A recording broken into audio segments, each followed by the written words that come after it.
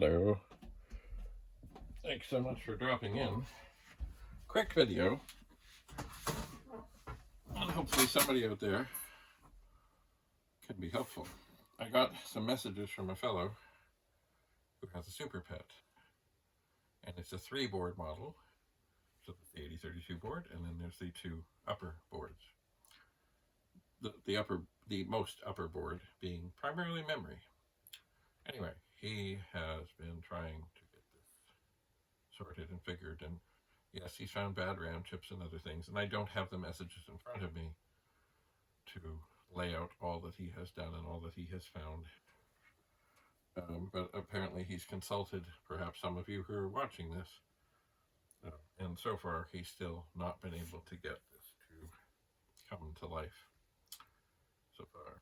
Now, as far as I know, he doesn't have another board or boards right there to check it out. Of course, I was finding troubleshooting easiest, like if I had a 3-PET super board and it was 3-PET SuperPET and it wasn't working. Of course, the first thing I would do is take out the SuperPET part, make sure that the 8032 board worked right, and then go from there. And of course, if that meant swapping out the upper board or the middle board or whatever to try and isolate it to the right board.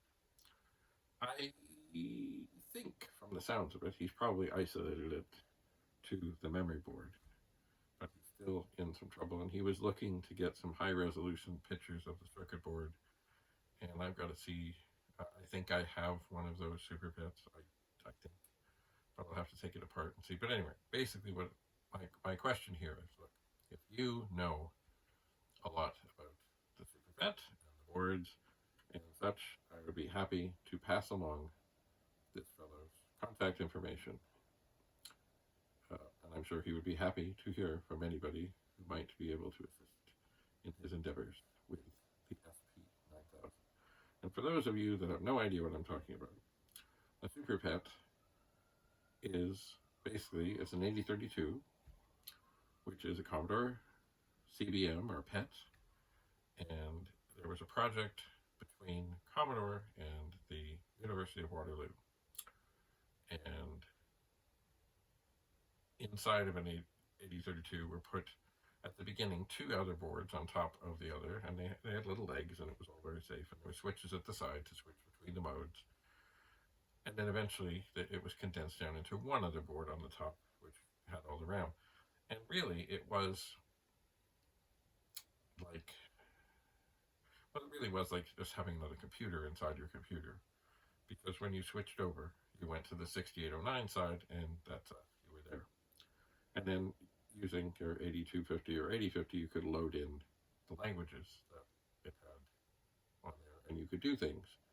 And there was also an RS-232 port, so this was basically set up for university people. They could do things not at the university and then transfer things over. Anyway, great machine. Great.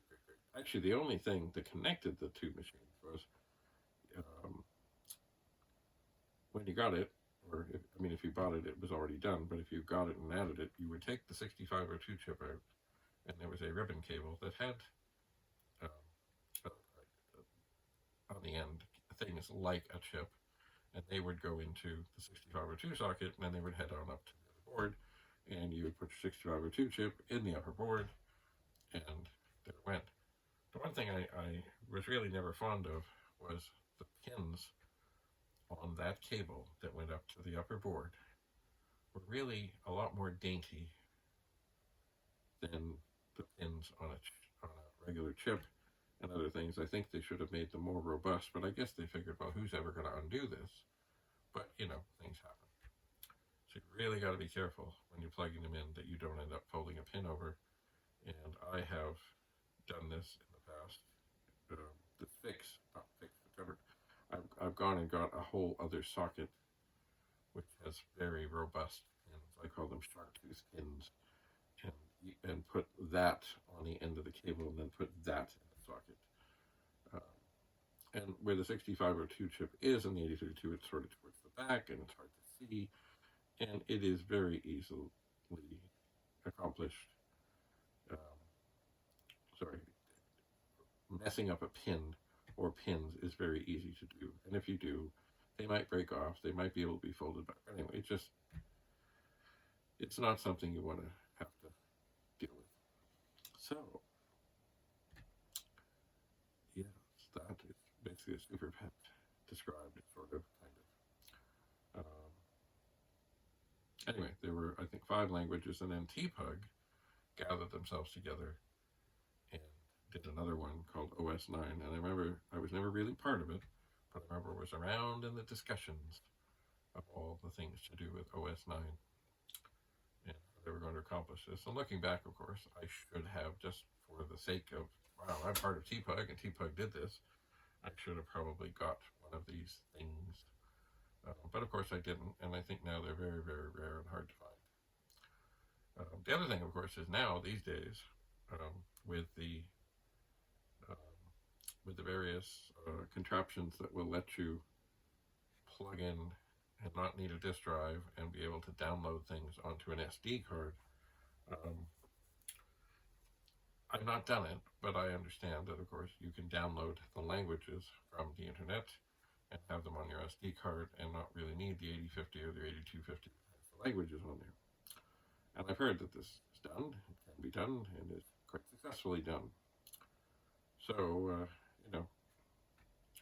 if you're wanting to take another dive into another part of the world of Commodore, the SuperPET is something. I have a number of SuperPETs, but a lot of them do not have the SuperPET boards in.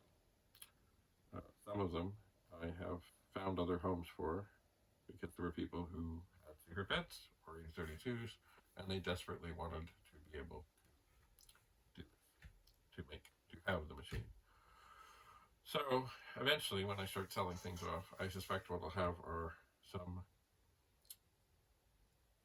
maybe some empty SuperPET cases, and maybe some 8032s that say they're SuperPET, which of course, I mean, if you just want it for display purposes, it really doesn't, as long as it's got a keyboard in it, it's got a monitor in it, and it's just going to sit there somewhere and say, ooh, look, it doesn't really matter what's inside.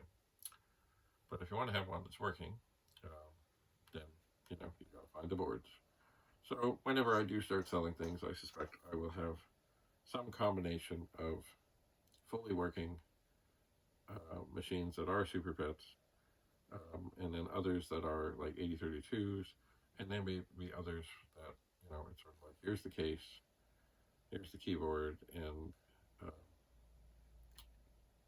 the monitor and such, and you can go and find other boards. And of course, there are other, like, miniature boards and things these days that you can stick into things. I'm not sure if anyone's done the SuperPET. I know they've done, I think, the PETs. Perhaps like 8032. I think. Anyway. Back to my original mentions.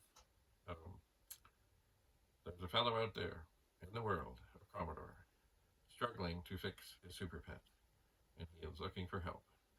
So if anybody has any comments or links that might be helpful, or other videos that he can refer to, or anything at all,